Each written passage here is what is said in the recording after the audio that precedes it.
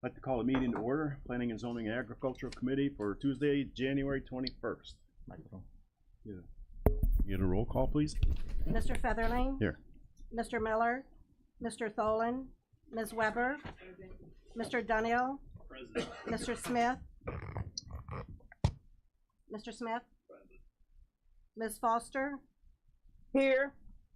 Ms. Andrade? Ms. Earps? Here. Mr. Ashcraft? Ms. Monday?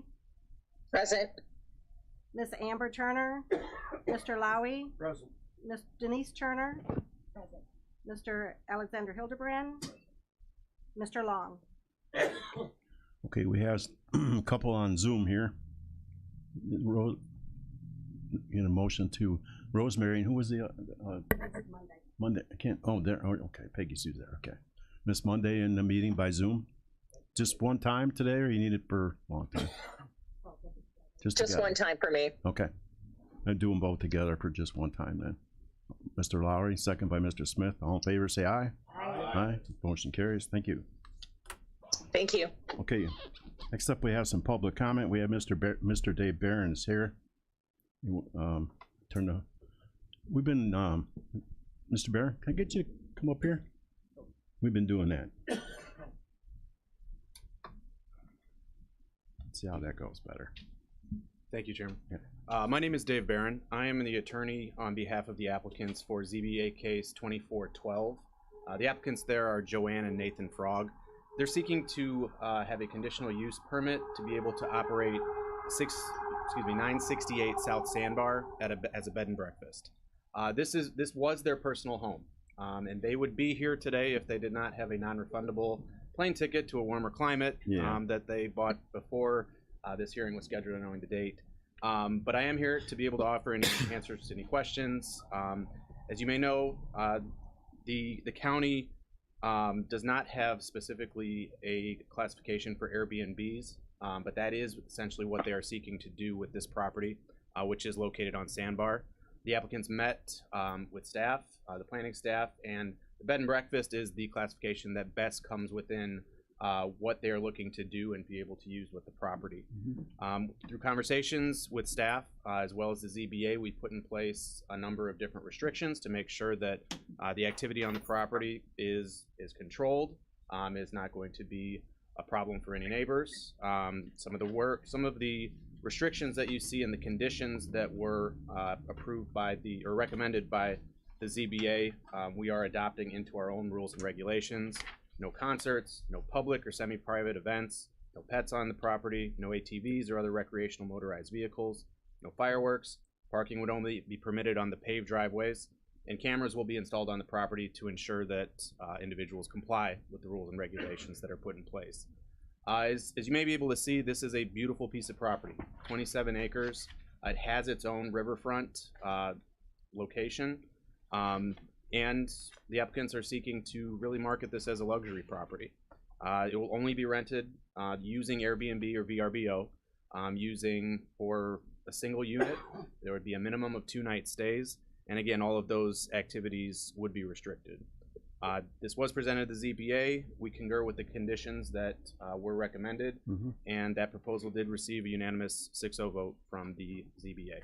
So again, I'm here in case of any questions. Okay. Thank you. Thank you, Mr. Barron, and I don't think anyone has any questions anyway over here for this time. Does anyone on the board have any questions for Delbert? He was at the meeting. Let's see, we got all yes votes. This is public comment, John. Oh, sorry. Close public comment now. Sorry. We get approval of the minutes from December 17th. Mr. Smith?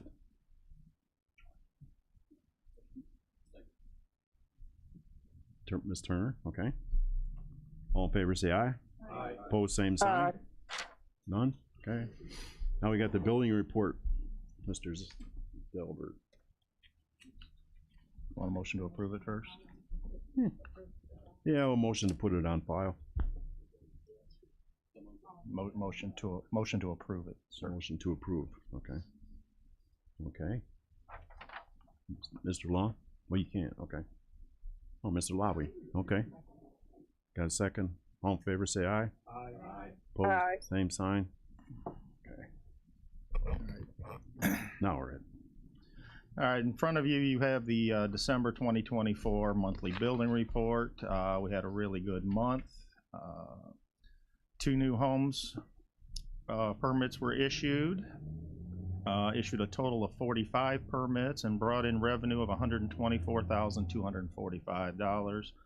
Most of that attributed to 3 solar farms, which made up $104,000 of that sum.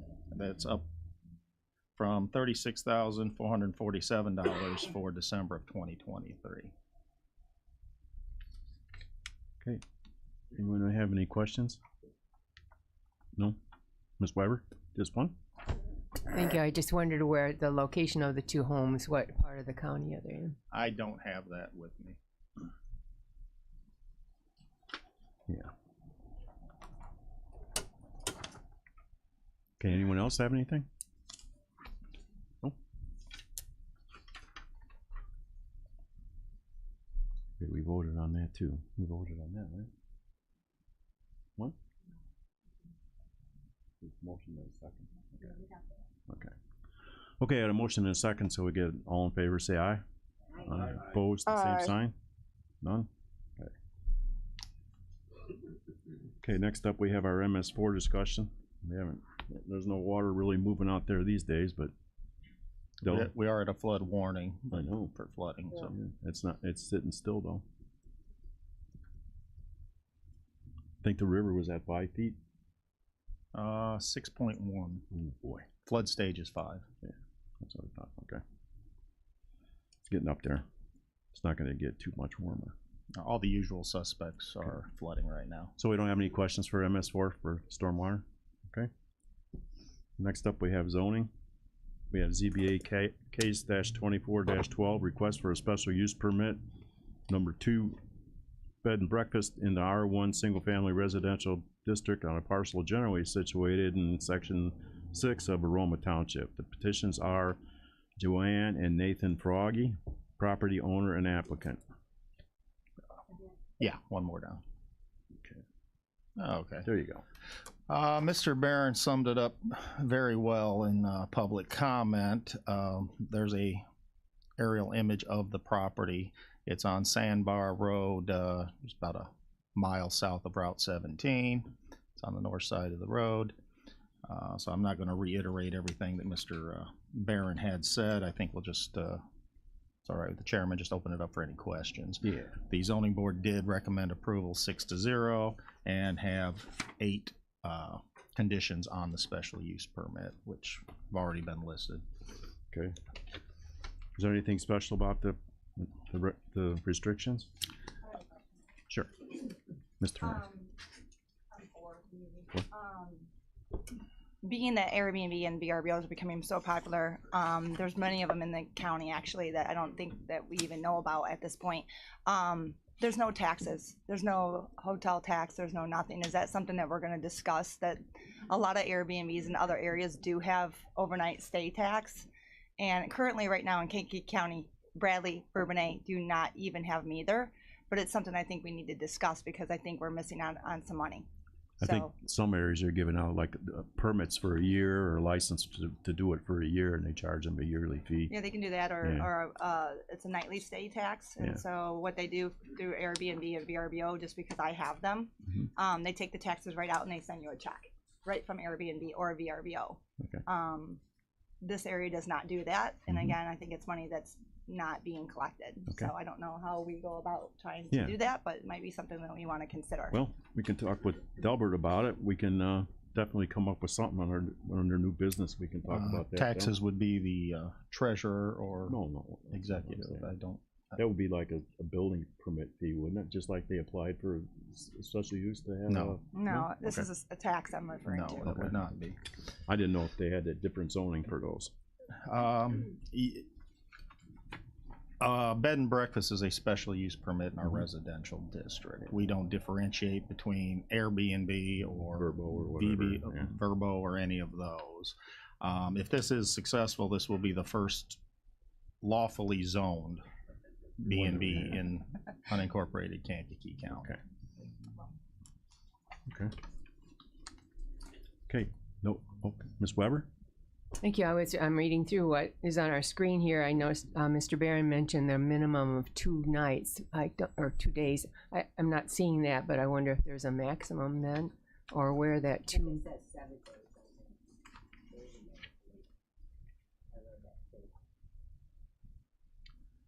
No, that says short-term rental is defined as average stay of less than 7 days. We did not put any condition on as to the number of days that anyone could stay there. So the minimum isn't 2. Well, Their minimum is 2. They have their own Yeah. rules and regulations for their property. Gotcha. when I looked at some cottages, they have that stipulation in there, you know, the minimum 2 nights stay for this price. Otherwise, it's twice the price. So that's what they do. So. When we put conditions on a special use permit, they have to be tied to mitigating an issue or a potential issue with the property. The number of nights stay is really irrelevant to that. Sure. Thank you. Okay, anyone else? Okay, get a, Motion to approve. is that Peggy Sue Bundy? Mundy? It is. Okay, I don't see your picture up. Oh, there you are in the corner. Okay. Okay, great. A second, Mr. Donald. All in favor, say aye. Aye. Opposed? Aye. Opposed, same sign. None? Okay. That's taken care of. Okay, next up, we have something for planning. Service agreement with the Village of Buckingham for plan review and inspections. Oops. You ready? Yes. All right. We've been approached by the Village of Buckingham to enter into an agreement for our building staff to perform plan reviews and inspections for personal mounted solar facilities, not solar farms, not but just like roof mount or ground mount for personal use. We've actually been doing some of them for the village for the last several months, and thought it would be best to put it into an actual agreement. The village board has already approved the agreement, and actually they did sign it in December. So we're asking for the county board to also approve the agreement. The county would receive a review fee of $150 for residential, $350 for commercial, and inspection fees of $50 per inspection. That's good. Mr. Marion, did you have anything to say? Okay. Okay, does anyone have any questions? No? Ms. Weber? Just wonder how many residents of Buckingham are involved, how many homes? Well, as they want to have solar, I think we've done 3 or 4 so far. Yeah. 4. Okay, 4? Okay. Got one. Okay, and no one else have any questions? So, we go to Mr. Smith. Is there a limit to how many panels they can actually have? If I understand your question, it is not necessarily a limit. No, there's no specified limit. If you're putting it on your roof, you have to limit it to what weight the roof can handle. If you're putting it in your yard, other people. You're limited by the size of your yard, but you can only put up what will generate the power you can use. Okay, if you do make excess power, you can sell it back to ComEd, but the purpose of the solar panels must be to power that home or facility. Mm-hmm. Thank you. Okay.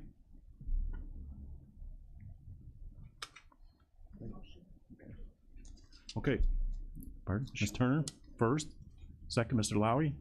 Probably should be a roll call vote, sir. And we'll get a roll call because we're not technically spending, but we're kind of, we are. Can't hurt. Can't hurt. Better Mr. safe than Featherling, sorry. Yes.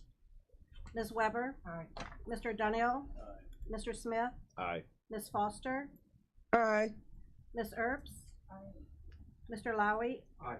Ms. Monday, Aye. Ms. Denise Turner, Aye.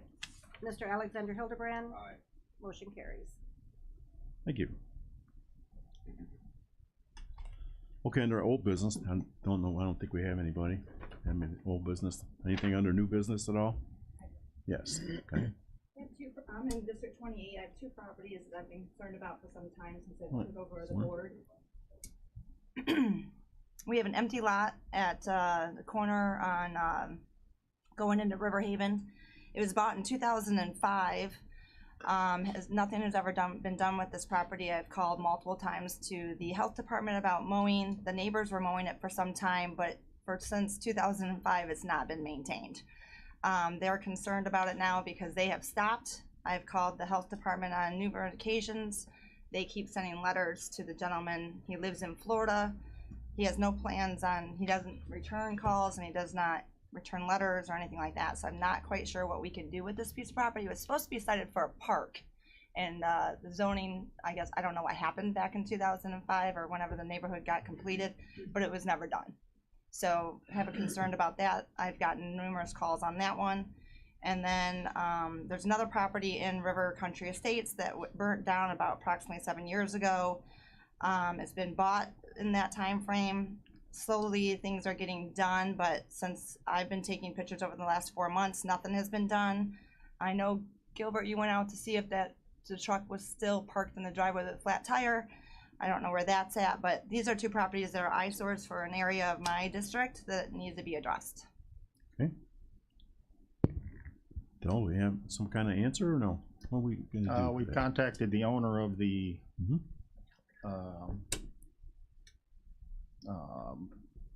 burned house to have the truck removed. She's looking at getting permits to finish the restoration of the house. It is closed in. It's been boarded up. They've closed in the roof. It's got, I believe, tar paper on the roof. That permit expires in about a month. So that was just to seal the building up. Next step is to restore the building. Okay. And I think if I remember right, she's intending to have the building completed by fall. Okay. So as for the entrance property, that is at the health department. That's for them to, I can't speak for them. Okay. Tall grass, weeds, things like that are handled by the health department. Okay. But we can talk about the fact that it was supposed to be cited for I know it wasn't during your time frame, but it was cited for a park and it never got done. I mean, are we supposed to do something about that, or is that an issue? I don't know that you can. That would be something we'd have to send up to legal. It was platted as a park for that subdivision. And it is still restricted as a park for that subdivision. Problem was, because there's no homeowners association that was created or anybody to take care of the park got sold to private hands. It's still a park. They can't build on I it. can't build No, on it's it. designated park. It can only be used for park purposes. Yeah. Now, I believe that somebody, not necessarily the county, somebody with interest in it could petition the county to remove that restriction through replatting. But that is, I would have to discuss that with legal and how that would work out. Thank you for that knowledge. Okay. Sounds like Delbert's been working on it a little bit. The house, yes. Yes, okay. We'll see what we can do on the empty lot thing. Okay. That would be new business. Anything under old business? Anybody want to make a motion to adjourn? Mr. Smith, second. Ms. Turner, all in favor say aye. Aye. Opposed, same sign. None.